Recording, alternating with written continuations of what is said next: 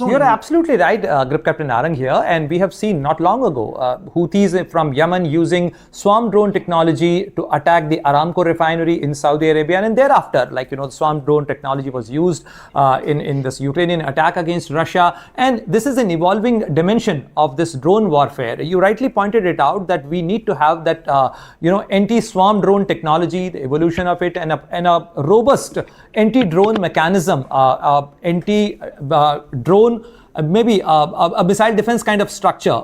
So do we have that kind of capability, and how far we are to have a foolproof mechanism available to safeguard our cities and to to safeguard our interest? So I think what we need is a greater use of AI and automation. See, what you must understand is, if there is a drone coming here, the artificial intelligence can help us bring in the accuracy, tracking, neutralization in a more systematic manner, reducing the wastage of ammunition which has to be done. Similarly, the missile accuracy can be increased.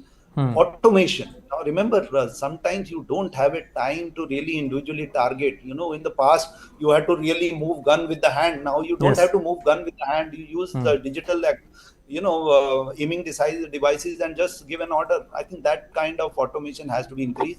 Sometimes we may have to have a autonomous operation capability. Let's say human element will always have a oversight, but it should be able to target. Let's say there are 6 guns, all 6 guns taking on 6 targets, and they have an automation to take on those. Once you have queued onto the target, they decide the trajectory and neutralize. So automation will be key to it. I think integration will be another point. Now, when I say integration, there are, let's say, Central Armed Police Forces like BSF is there. Army and Air Force integration is already is a work in progress. But I think CAPF integration will be another issue. And on the border, I think I won't be surprised if some sort of integration, we may have to do it with the local police in some extent, if they are, or the border guarding forces, whichever they are. Because that will be critical to ensure that you differentiate between own and adversary and find better solutions. And those kind of technologies have to be identified and verified. Here, I would like to highlight some of the vulnerabilities we have with our indigenous system. Remember, some of the electronic components which we have, they can cause vulnerabilities. They have to be, indigenized in a systematic manner. And we need to have a policy which encourages indigenous content in terms of component systems and software. And counter swarm capability, one of the critical technology I think we need to expedite is high power microwave systems. And let's say counter swarm drones, counter swarm missile systems, counter swarm, let's say, gun systems. So I think we will need lateral thinking to really find cost effective but accurate, automized, intelligent counter drone swarm systems. So counter drone system need to be smart. The technology need to be integrated, and also the military and civil coordination need to be there to have an effective system. But Dr. Narang, help us understand that, many people are intrigued with the kind of attack Ukraine managed to carry out against the Russian interest, the way they smuggled the FPV drones, which are very small in size, in shape, and the way they were coordinated. This has opened another dimension of the drone warfare. Help us understand that, is it possible to stop such kind of attack, and where are the vulnerabilities lying, and where are the anti-drone measures which we can put up?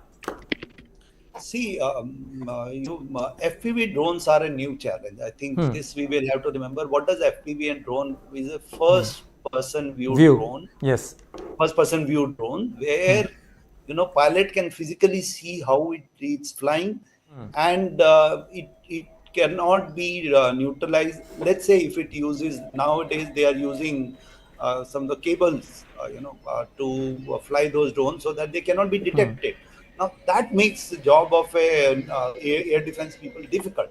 So what do we need? I think we need better munitions. Let's say if you saw those attack on Russian bases, they did not have a system, even an effort to neutralize in the real sense, because you need specialized munition. I think you need specialized guns, you need specialized automated counter drone system, you need better use of AI. Now remember when there was a Yes. lot of smoke going and there Hmm. was a drone still flying slowly on its target, Hmm. identifying if Hmm. there was a better detection, Hmm. tracking, and neutralization system, Hmm. probably they could have done a better job. Let's say, and you need multi-sensor air defense system. When I say multi-sensor, Hmm. let's say they are not picked up by the radio frequency detectors, which normally is the case you use. We probably could have had radar, probably we could have had an electro-optic system, we could have got infrared system, and human. Let's say if there was a say a guard. But Narang, here you are making a very important point. Every sensor system, every radar has a capacity to engage any target to to identify any incoming target. So if someone is trying to launch a swarm drone attack to overwhelm any radar system, they just have to outnumber the capacity and the capability of that radar system we have. So how to counter that? How to have a multi-layer system? When DRDO started developing IDEX, we launched a radio frequency detection and jamming system. Hmm. Then in due course, we realized that it may not be good enough. Then they had a radar, electro-optic, infrared, and RF combination, four detectors in one system, and multiple neutralization system. One they had was jammer, then they had laser, and there was a thought. I'm sure work will be going on in a counter drone system. Similarly, the guns being integrated. Now the multi-layered systems provide you sort of redundancy because they may be able to jam or saturate a radar, but they can't jam a visual electro-optic system which can physically see you.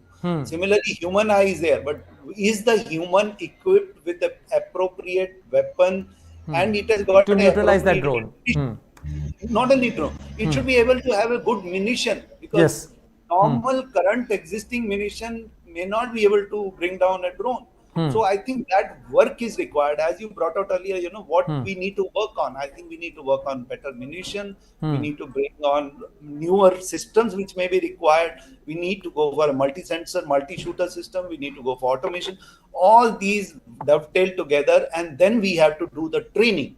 Remember, it is not easy Yeah, to here comes a very important point that even if you have best of equipment, training a manpower to suit that and to use that system, do we have those processes in place? Because the way this drone warfare is emerging, the way it is changing, how soon we can prepare our manpower and get them ready? Yeah, I think it is. See, remember, first of all, these technologies have to be absorbed. Understanding the value or strength or capability of technology takes time. And we must understand, first of all, we need to have a technology which will survive in a intense battlefield scenario where adversary is also using all the countermeasures. So first we need that technology. Once you have that technology, your people have to be trained. The design will have to be modified because when you use your new technology for the first time, you realize your people are not trained. Sometimes the weapons have to be upgraded. So there is a continuous interaction with the industry to improve and meet the desired operational goals. It takes time, but it takes effort. And I'm sure the lessons would have really made us understand that it is not going to be easy. Here, I want to bring out some new thought has to come into play. I think we need to understand. Let's say we had a helicopter equipped with counter drone capabilities.